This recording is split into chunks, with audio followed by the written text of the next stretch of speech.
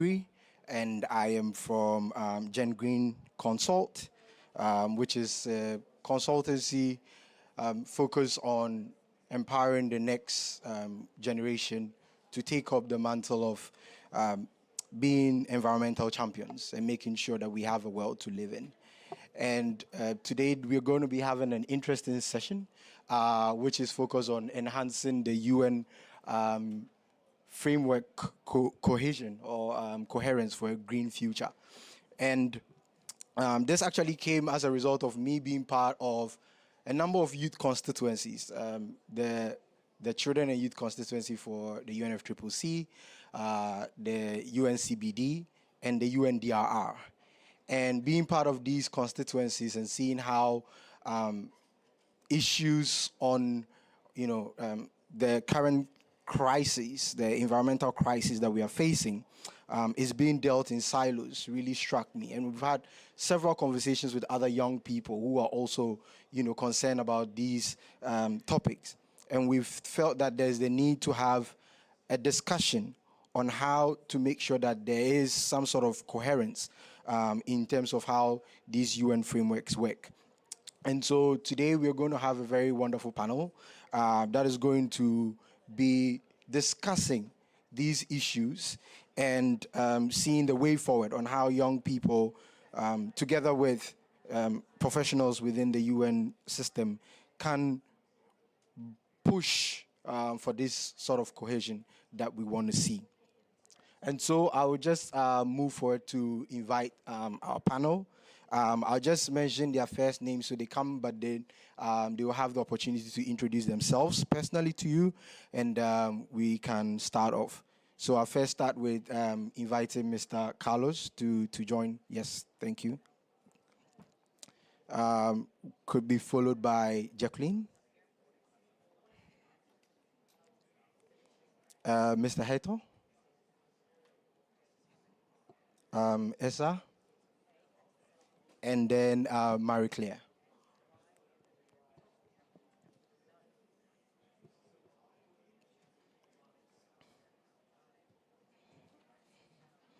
All right.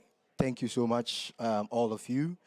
So I'll just give you the opportunity to tell us a little bit about yourself, who you are and what you do. And yeah. So I'll probably start with you, Carlos. Hi. Can you hear me? Hello. My name is Carlos. I'm from Colombia, but I worked with the United Nations Office for Disaster Risk Reduction. I joined the UNDR 5 years ago. Previously, I was working with UNDP, but I have maybe 16 years of work in DRR and crisis management and climate change adaptation. Now going more in with a focus in policy design and support national governments on design of policy instruments, bringing together the agendas of climate change adaptation and disaster risk reduction. Thank you, Carlos. So I'm Jacqueline Lippi. I wear two hats, so I'll go with the first one. So I represent the UNMGCY, the Disaster Risk Reduction constituency, and work very closely with UNDRR. The second hat is from the civil society organization, again working on disaster risk reduction. So I work with a global network of civil society organization for disaster risk reduction. It's a platform where could civil society come together to work towards the implementation of the Sendai framework. And the key priority we have is bringing the more voices from the Global South, as the Global South is repeatedly, or you can say frequently, impacted by climate-induced disasters. So that's all for me, and I'll pass it to you. Hello. Yeah, it's working.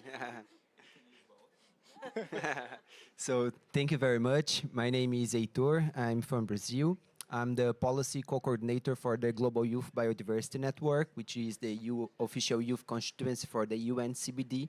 So we basically built from local to global level different capacity buildings, policy consultancy, and building of white papers and different thematics related with biodiversity for try to address them inside of CBD negotiations.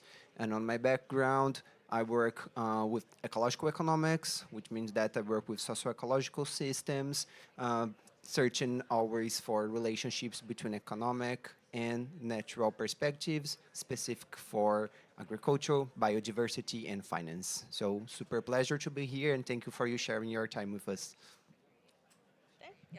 Hi, I'm Aisha. I'm from India, and here I'm representing UNCCD Youth Caucus, the official youth constituency of UNCCD.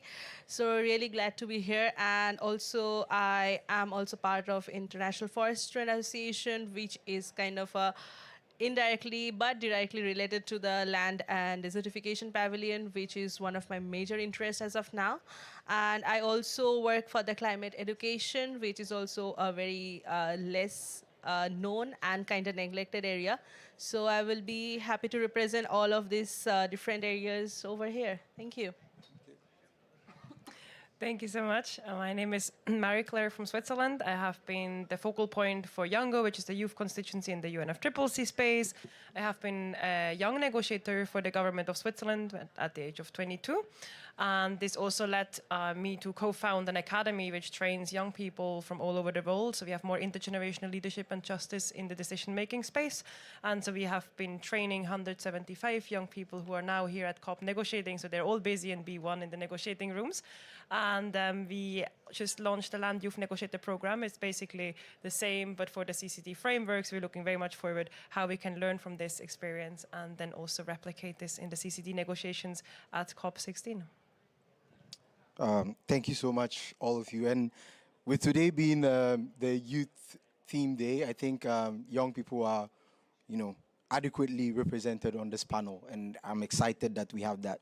So, Carlos, you have to be ready. You're a bit senior youth, but you have to be ready to receive some input from the younger youth today.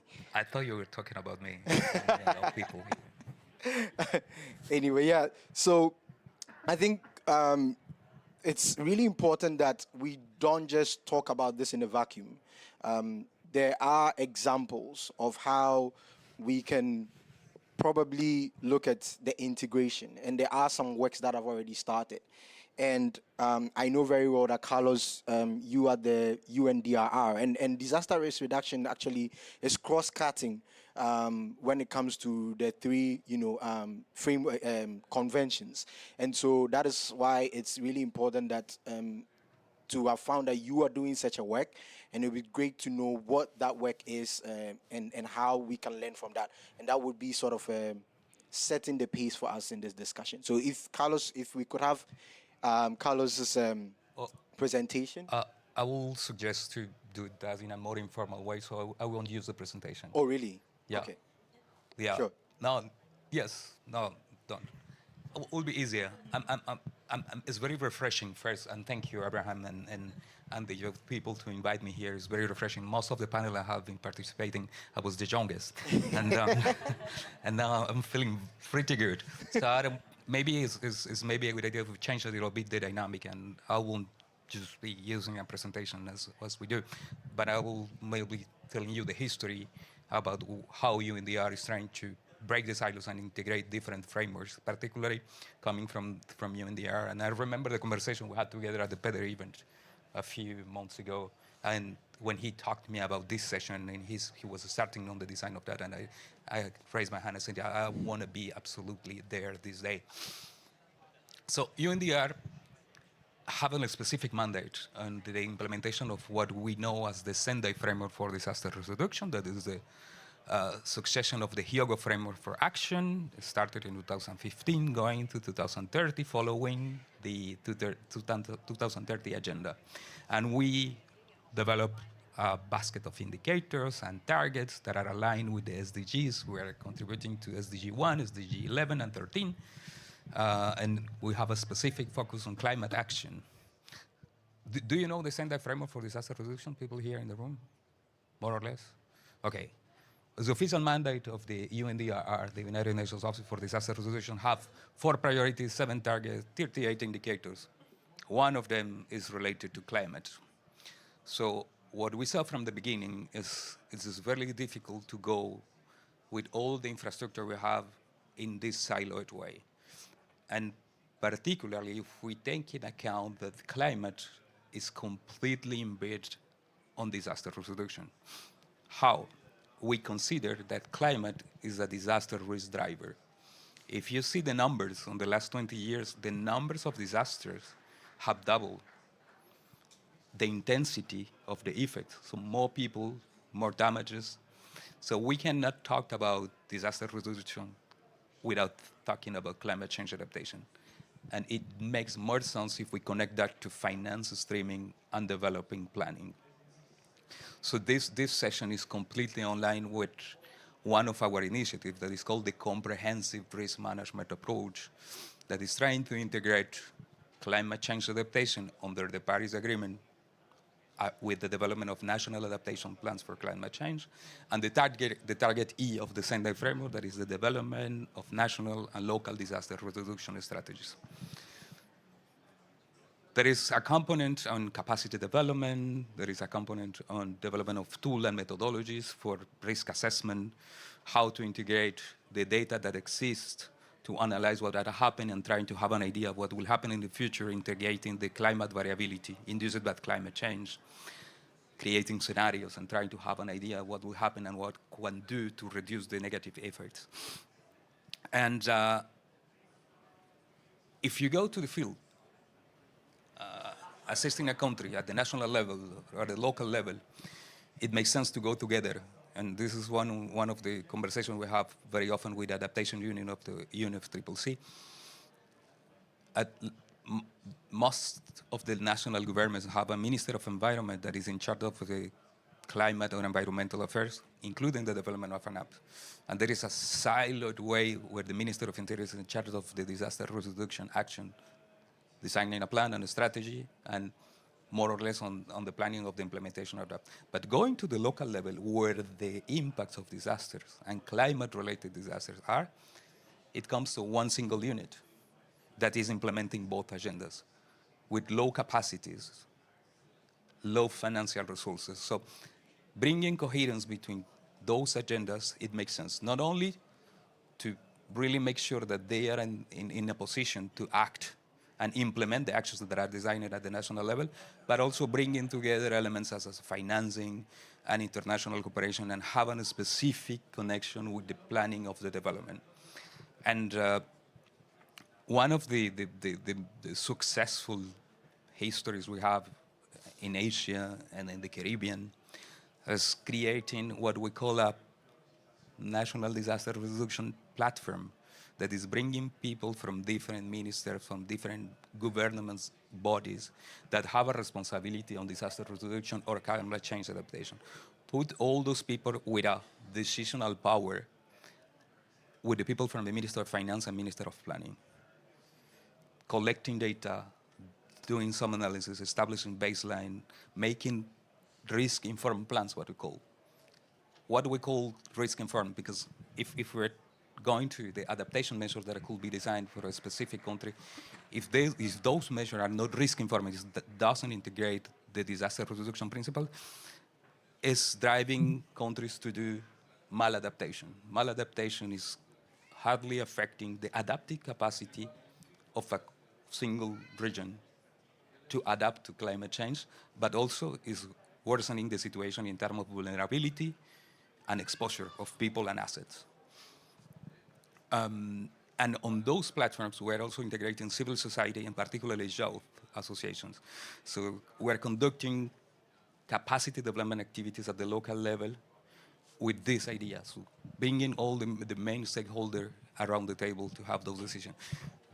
I will stop here because I can't keep talking about this, but this is more or less the idea of the comprehensive risk management approach, breaking silos, bringing agendas together, connecting with financial resources, and also with the development of planning at the national level. Thank you so much, Carlos. And talking about, bringing everyone together, I think I might come to you, Heto. You are a policy lead for the Biodiversity Youth Constituency.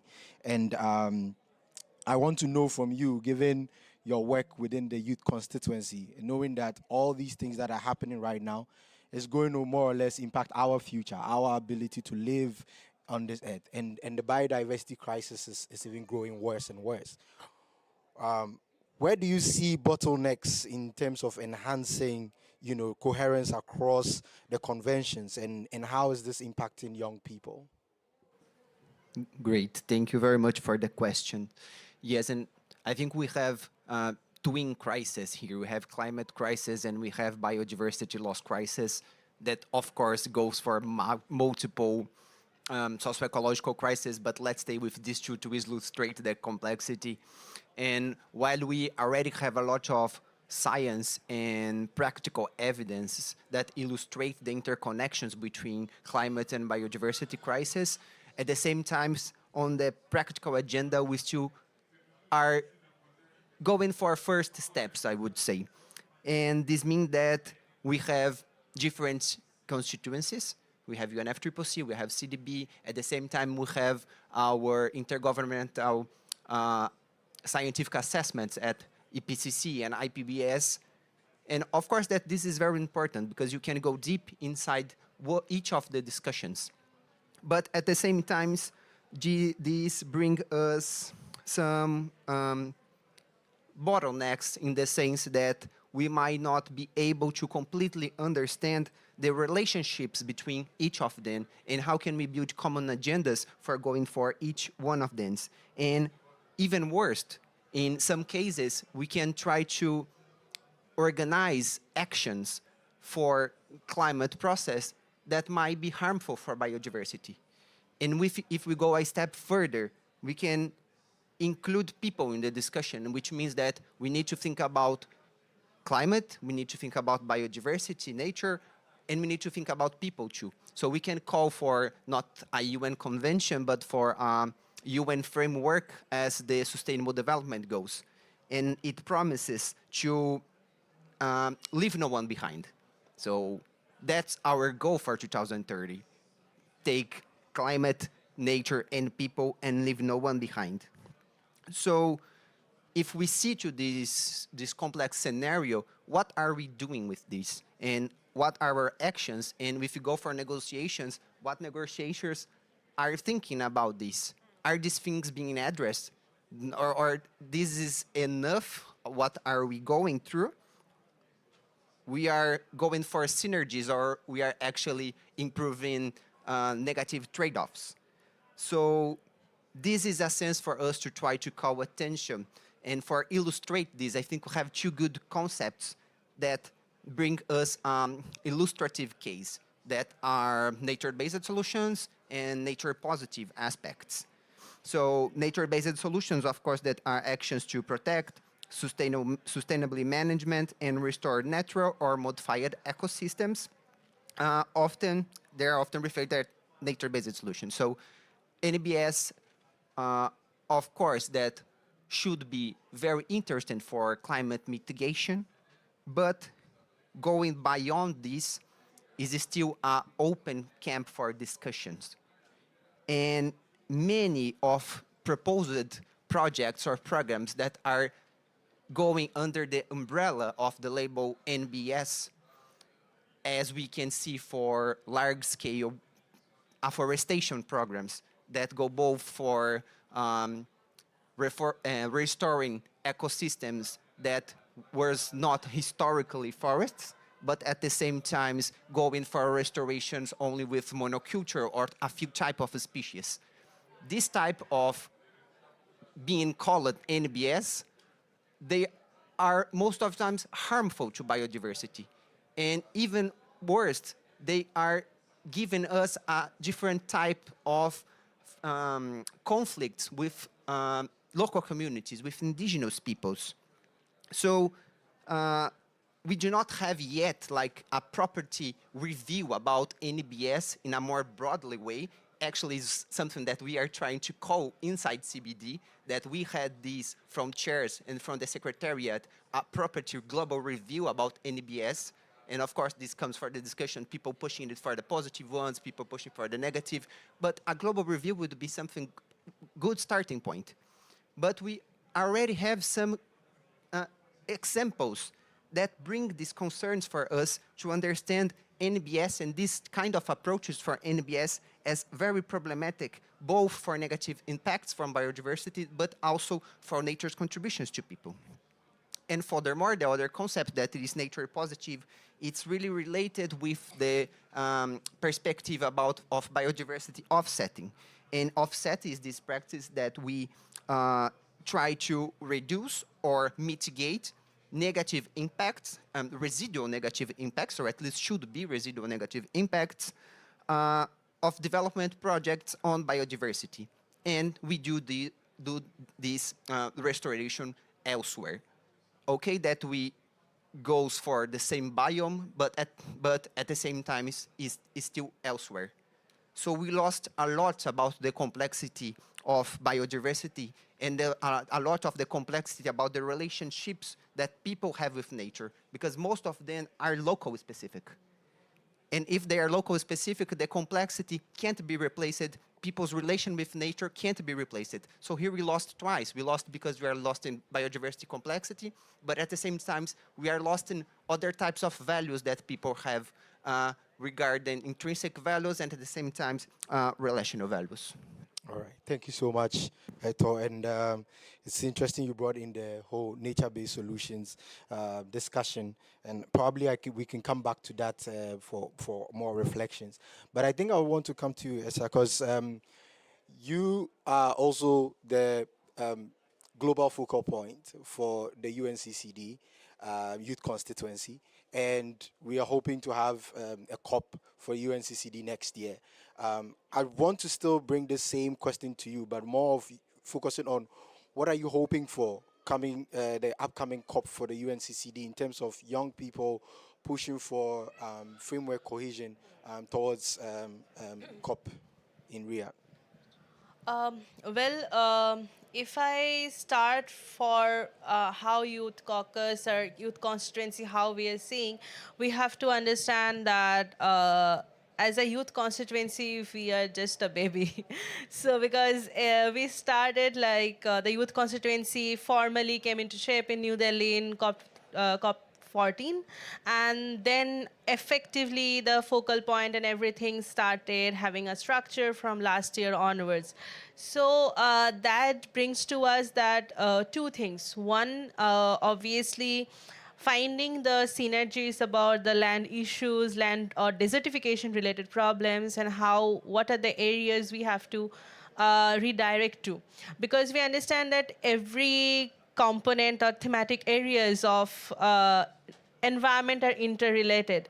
We don't want to get into a overlapping or totally intersecting with other youth constituency or other convention, because they know their work best. We don't want to get into that. But another way, we have to also understand how specifically some of the land-related topics are intersecting with the other issues. For example, biodiversity. When it comes to land and desertification, it's just not that land, everything above it. So biodiversity is a cross-cutting section. Again, come to the disaster. That is also due to the disaster, the problems the lands are facing or the people are facing, those are also addressed issue. So as a youth constituency, we are also trying to look around which are the area we need to focus on and which are the areas we have to address specifically as a constituency. That is the first thing. And the second thing is the regional aspect, because I think few of the things for example, if we think about snow, first we go to Switzerland, not any other places in the globe. When we talk about desert, we suddenly go to Sahara or Arabian country. We don't look around the other desert we have across the globe. So I think that is where the regional perspectives comes into the place. People have to understand the land and desertification is not a regional aspect. It is the global problem. So that is where the focus on having the inter-regional also representation is very important. Also, each country representation is also important, because until and unless we are getting voices from each of the places, each of the youth, either from the CSO or the individual, if we are not listening what is the ground problem, we are not able to take account to the policy level and talking to the little bit higher up that what is happening and what we are expecting for the ground. So that is another thing. And specifically as a youth constituency for the COP, I think we are mostly focusing on how as a structured youth constituency we can be, because here we in the COP we see how Yongo, or when the UNCCD COP happens, we see how G20 is structured and how they are actually working in different areas. So being a baby, we are trying to take the baby steps, how to bring on the, not just, crawling, just how to stand up and start walking. So we are trying to figure it out that. So for that, I think we need more support from all the youth across the globe.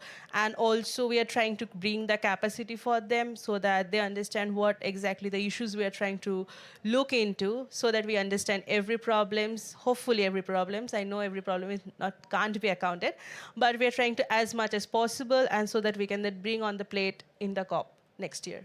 Thank you. Thank you so much. That is insightful. And I think this comes well because we talked about the biodiversity, we talked about land, and it's evident the disasters that, changing climate, the degrading biodiversity is causing and contributing to disasters all across. I think that brings me to you, Jacqueline, being the and I know you wear two hats, but the hat I'm going to refer to here is your hat as the global focal point for the UNDRR youth constituency. What would you say are, the opportunities that you see when it comes to the DRR youth constituency, right? For young people to better collaborate and drive policy cohesion. And I think Heto mentioned the goal is for 2030. So looking at 2030 as the goal, what are some of the things you can share on this?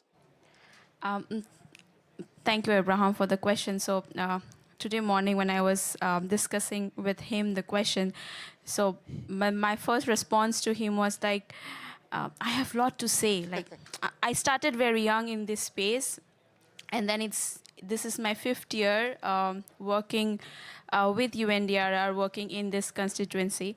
So I still have to think a lot, coming down to key points and respecting the time that he has allotted to me. But still my key interventions I will try to put down into 3 segments. But Carlos has given a very great introduction to the framework and to the work that we do. And believe me, since I started working, I breed Sendai framework day and night. The targets, the priorities, the stakeholder engagements, the policy advocacy, everything.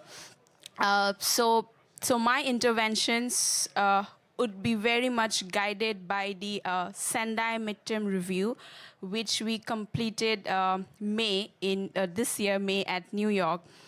So we have a very, very rich findings of where we are and where we should focus for the second half of the Sendai framework.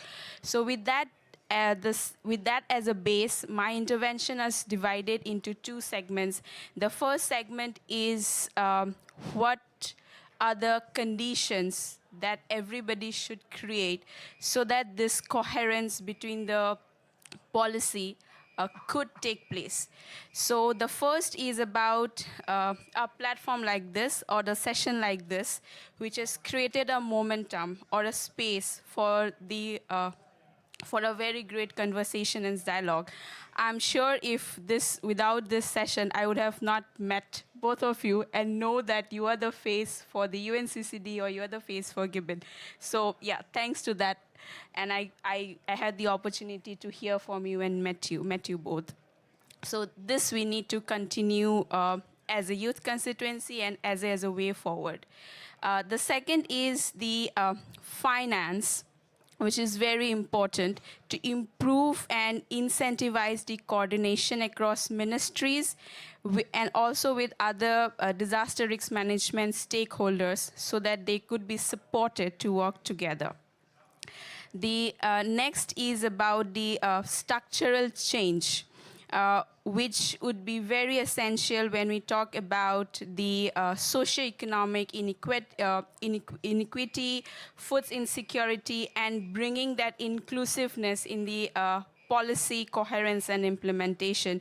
So just to go down deep into this point is that we have to make sure that the government and the communities work together at the local level, because we always keep focusing on the localization of action and the implementation of these global frameworks. The last one, which is very important, and Carlos mentioned about the RICS framework. So it's very important that we promote the risk-informed and preventive-oriented approach, which we have the learning from the MTR and also the global stocktake till now and also till 2030. So it's very important that what would be the beyond 2030. So this is the first step. So building the cohesion within the global frameworks, and also to build that momentum, what would be our next frameworks or the next new frameworks that would come up beyond 2030.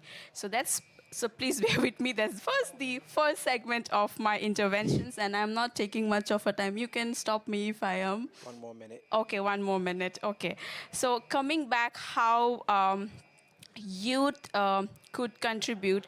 So it's very important we strengthen the connection between the global, regional, and at the local level.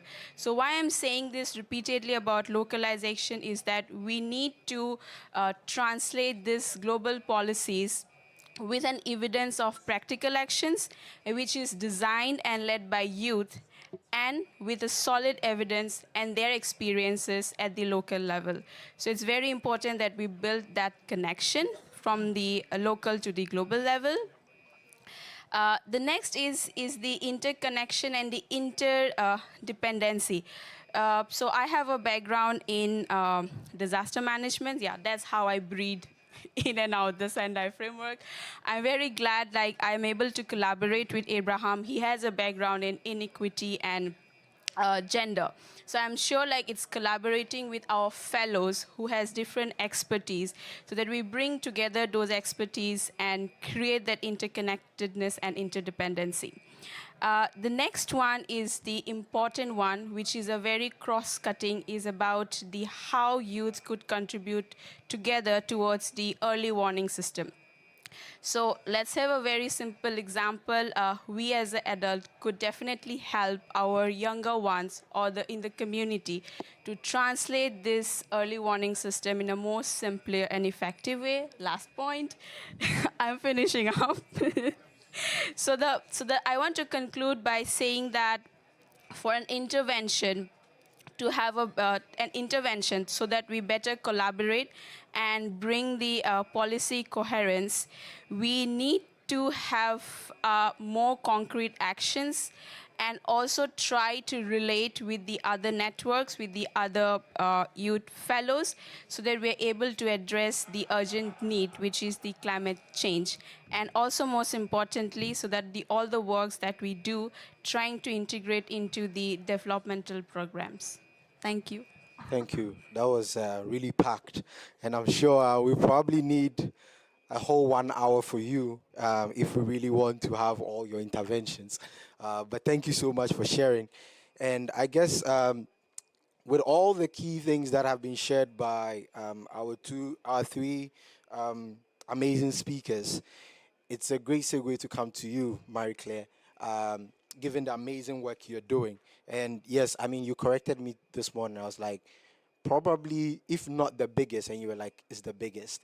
So, Marie-Claire, you are leading the biggest youth negotiators program for the UNFCCC, and currently one for the UNCCD, which we will come to in a moment. But this is the amazing work you're doing.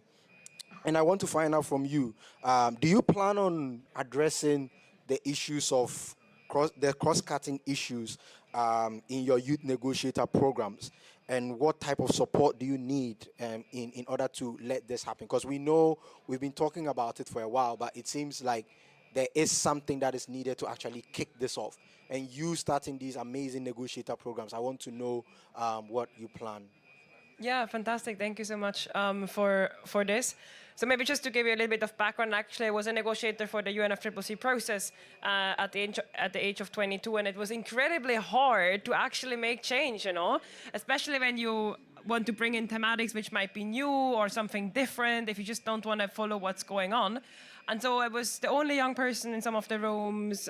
I mean, I had friends in the space, but all of them were not negotiators because I was part of Youngo, but none of them were negotiating. So in the rooms, you're kind of on your own.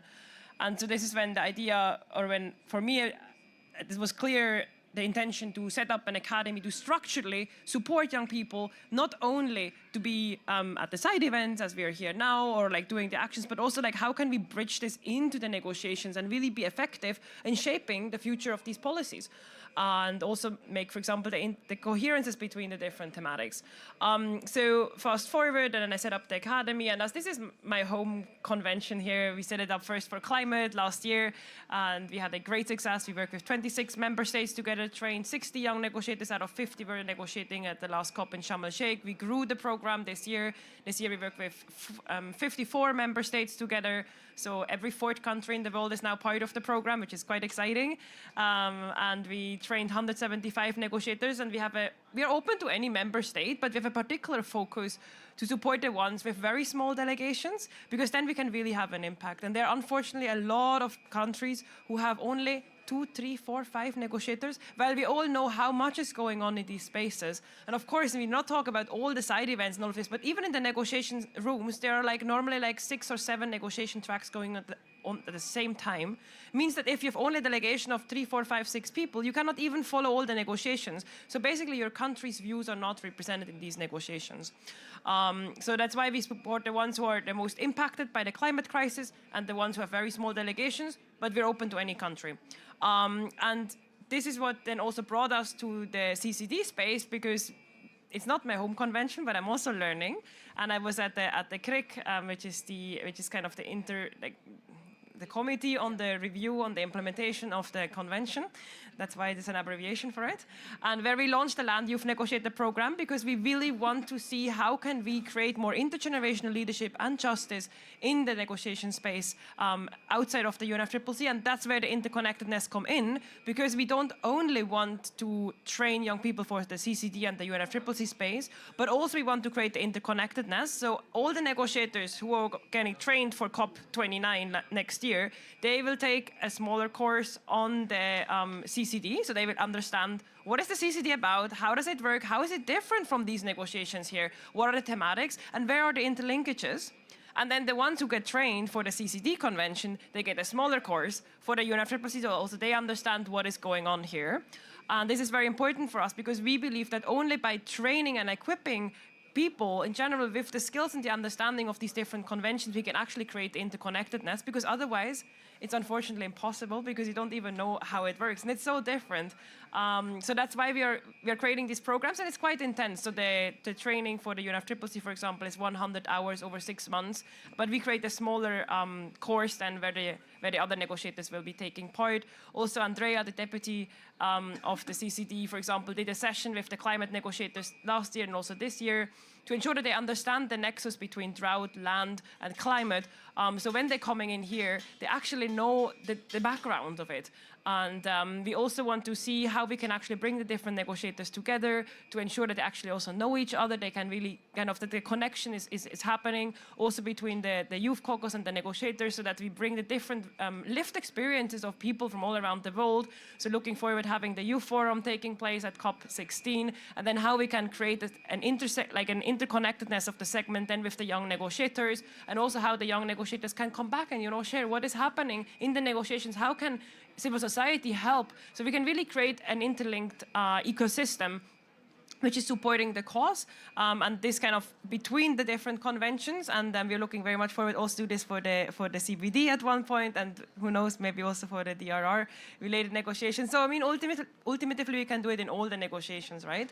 But we started in UNFCCC, and we are growing our impact for intergenerational leadership in the negotiations. And as we also heard at the event earlier today, there is also a lot of appetite from the more senior people that they also want to see how young people can come in and contribute. But for this, we need to have the understanding and the capacity to be actually able to navigate the space. Otherwise, we're just tokens and we're just running after, you know, the senior ones, and then there is no difference of us being in the space, and we need a difference because we haven't achieved what we wanted to achieve, neither in the CCD space, nor in the UNFCCC space, nor in the CBD space. So it's on us to actually bring about this change. And yeah, we are very glad to be working with the CCD together to make this happen, and looking very much forward to create this interconnectedness and this ecosystem. Thank you so much, MC. That is amazing work you're doing. And I'm biased because I'm with you and supporting your program. So yeah, I can say it's amazing work. But yeah, I think these thoughts and reflections that have come in really highlight why there is the need for us to have more of this discussion. And I feel like, for example, if I'd given Jacqueline more time, she probably would have gone on for a while. And we know that these discussions are important, that we started off and we continue these discussions. And I know that an example is the NBS one, where we started discussions within Yango, Gibbon, and that has grown a long way for us to even develop a global youth statement on nature-based solutions. So these small beginnings sometimes can seem long, but I know that, you know, if we push, more will come out. I don't know if there's any reflection. Most of the people who started with us are not here, but I don't know if there's anyone who has any question, any reflection, any input. I'm looking at you because you've been here the longest, but yeah. Yeah, but I think for me, I have a question. And I think you mentioned nature-based solutions, and you know I'm really interested in that. It promises a lot, and it has a lot of connection to land, to managing disasters. And in fact, that is how Carlos and I met in Bonn for the ecosystem disaster risk reduction science and policy workshop. So it promises to be between climate change, land, biodiversity, and disasters. And I'm wondering your quick thoughts on that.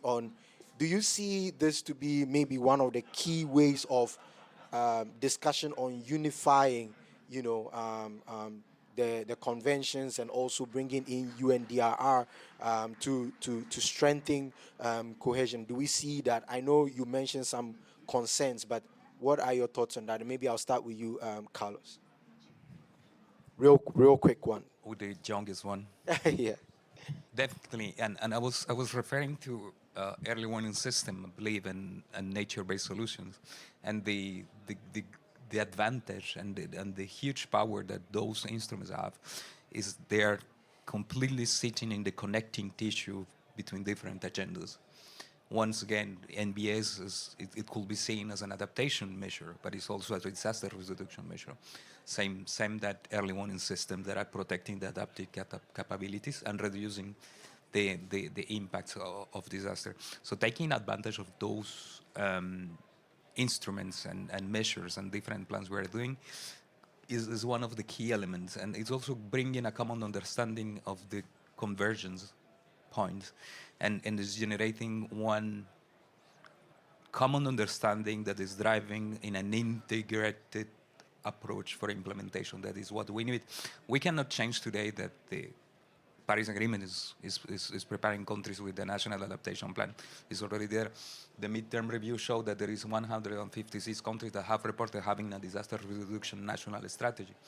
So we need to look at the future. And I wanted to react on one of your reflections, and is the midterm review given status of what we are on the implementation of the Sendai framework, driving a little bit the next 7 years. But the most important thing, and is here where we needed more fresh thoughts, is started to design the next framework.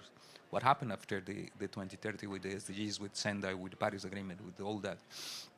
And definitely, yeah, taking advantage of those measures that are really paying off and showing positive results is a key element.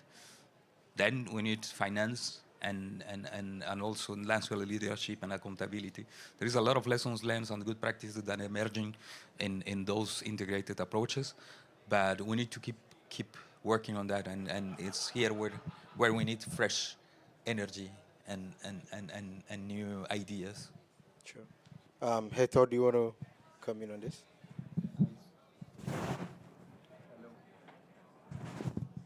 So I super thank you for the question, because yes, I think I finished my first intervention really on the concerns about it, but it's important for us to go these steps further in understanding what are possibilities, pathways for solutions. So we basically see two different approaches. One is for projects that are already going on. So for projects that are already going on, they are on their process. So we are used to try to call for strong socio-environmental safeguards. And then there's strong words. It's very important for us, because weak or phase solutions are not welcome anymore, or should not never be welcome.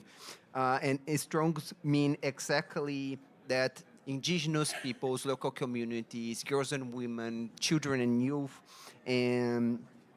should have protagonism, guarantee of rights, and at the same time sharing of benefits. And for new projects, we used to call for that transformative change approach. So transformative change is exactly thinking about use and management of ecosystems and biodiversity, but more holistic approach, a more ecological restoration approach, a more human right-based approach, and a local perspective, and also a different type of structure of governance, where local people are put in the center, and that their decision-making process are really being consulted and welcome. So this is the whole process for us, why we are always talking about this major group as unifying, because we are really bringing the same flags together with us that are different types of values. It's not the same values that bring us to the socio-ecological crisis, that are monetary values or economic values, but we are also bringing other types that are care, our justice, our stewardship, and these type of values are the ones who are bringing perspectives for building transformative change that might be possibilities for us to have better coherence between different agendas. So, All right. thank you. Thank you. I think that really speaks well on how nature-based solutions could serve as a link or a joint between these discussions. But I think MC, you talked about the UNCCD negotiator program, and I think maybe it would be good for us to know a little bit about it, given that we don't want to end this discussion here. We know the next COP is the UNCCD one, and we are really looking forward to it. So we want to know more about the Youth Negotiator Program for the UNCCD. And so I don't know if we can bring the slide up. The next slide for, the London Youth Negotiator Program. And maybe you can just take us through. Yes, sure. I mean, I can also do it without, but I mean, if you have them, great. Maybe also to mention, because next year we have a crazy year, because they're going to be like the 3 conventions are meeting.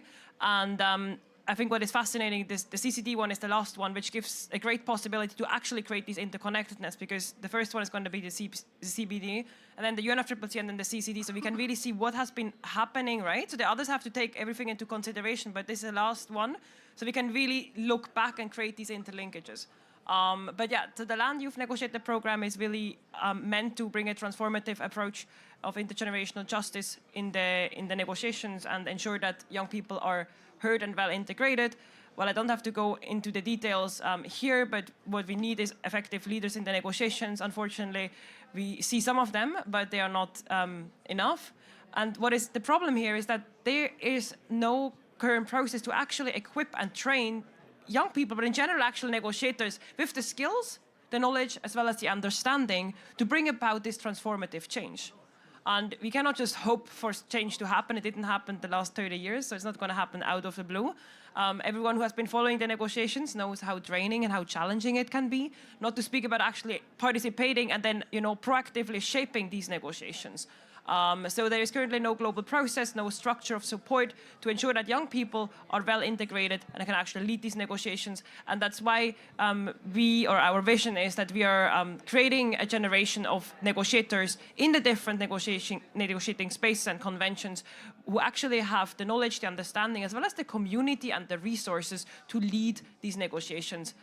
There are different kind of implications or there are different reasons why we do this. Of course, young people will inherit the role, but I think it's an important one to say, but also I think it's very important that we are the presence already. But there is a future generation who want to inherit this world, so it's a moral obligation. But also quite compelling, there's a national reason, because very often these countries don't think about succession planning. So especially also in the CCD, but also here we see sometimes very senior people, some in their 70s leading the delegations without any succession planning. So these people once will no more be able to travel to these conventions and no one took over. So the participation of the country literally drops. And that's very dangerous because it's meant to be a multilateral space where we can engage with all the different countries. Then, of course, we need all the countries being represented. It's a global multilateral process. But then also to really bring transformation, we believe that we need all the generations coming together so every generation can bring their best to the place. The impact is kind of fourfolded, and I think it's very important to acknowledge that it's also about youth leadership, youth empowerment. Young people are active drivers of change. Then better representation of the community's needs on the frontline communities, because very often these negotiations are completely detached from what is happening on the ground. So really bringing in the land justice bit we talked about before with some of the land heroes, so that their views are also considered here, what is going on in the caucus, so that this is really the kind of getting to the essence of the negotiations and not the other way around. Intergenerational justice, we already talked, we need all the generations coming together, but ultimately we do this to actually have better negotiated outcomes, which really make an impact of what we want to see. I'm not going into the work we have been doing this year, but just that we have been successfully doing this in the UNFCCC space now for the second year. And we, as mentioned, are the countries for this year. And we look very much forward that we have a similar map like this next year for the CCD process, where these are all the countries participating in the program. So we have young people from all of these countries trained who are right now here at the COPA negotiating. And so we're looking very much forward having a little bit a different map. Hopefully the countries who are most actually impacted by the droughts and the land degradation being part of it, because these are the most ambitious voices. For the UNFCCC, we focus mainly on the island states. That's why you can see like almost all the islands are part of the program. But again, we are open to any country in the world who wants to participate in the program. Just very quickly how it works. It's quite simple. So, like this. It's quite simple. There are 4 different streams. One is to build the capacity of negotiators with the skills, the understanding, as well as the knowledge to be able to actually negotiate. This means you have to understand the convention, the legal implications, the negotiating items, but also you need to know how you actually do an intervention. If you have never done so, it's not complicated, but it's quite frightening to open your microphone and suddenly talk and everyone looks at you, no one looks very friendly, and then you suddenly deliver your intervention and the chair just thanks you and you have no clue what you actually just did. At least it was very frightening for me when I did my first intervention as a negotiator. We do community building and networking, because it's not only about what you know, but also who you know in the space. And as already shared, sometimes it's actually much more impactful to have the phone number of another country who you can ask to follow your intervention or coordinate in advance to actually build an alliance of countries who support a specific statement than just you knowing what you want to say. So we build a very kind of strong community, which is based not only on solidarity, but actually friendship, and kind of a sense of we are all together in this, no matter what country we come from, but also connect them strategically to everyone who's relevant and important in this space. As of course, we talked about it's not only that the youth talk to each other, but actually the youth is part of the wider biome and ecosystem. We do a lot of advocacy because unfortunately, there is still a lot of kind of the mindset that, young people, well, they just do like, the outside thing. They come here for the motivation and, then they can also leave the table again once we come about the real negotiations. So it's about the mindset shift that the majority of the world's population need to take a seat at the table, and we are here to stay and we are here to co-design the future of our policies. And the last one, we know that one of the biggest barriers is the financing. That's why we actually fundraise for all the countries of insufficient financial means to bring these young people here. Last year, we had 50 negotiators at the COP. This year, we have 125 negotiators here at the COP, and the majority of them are funded by us, specifically when they're coming from the countries which are most impacted but do not have the financial means to do so. So Andrea raised the bar. We actually once said that we trained 30 young negotiators. She was asking for 90 young people, so we will follow her request to be more ambitious. We will see, but we would very much love to work with any country who wants to work with us. I'm not going into the details of this, just to say that this is a work which is built on an ecosystem. We need everyone to support, all of here, all of you, everyone else. That how can we make this together, that we can really thrive on this interconnectedness to deliver such a program together. So whoever you're representing, there is a lot of value with you joining this bigger kind of mission. And if you want to contact us, the details are here. I hope I did justice to my presentation. Thank you so much, MC. And I think this is a beautiful program, and I'm really looking forward to the next batch and also the UNCCD COP. So thank you so much. I think we've come to the end, but I will probably want to ask all of you to give me your key point going forward from this discussion, because I don't want this discussion to be just a one-time thing. I'm hoping both, because all of you play such key roles in the various constituencies, and Carlos yourself in the UNDRR. So I want to find you to give me a key point going forward to next year, what you're looking forward in terms of policy cohesion. So just one key point, real quick. I was trying to reflect, and it's very important to have all those new people working and participating at the negotiations, and keep continuing is a key point for that, but also keep in mind the accountability that comes with.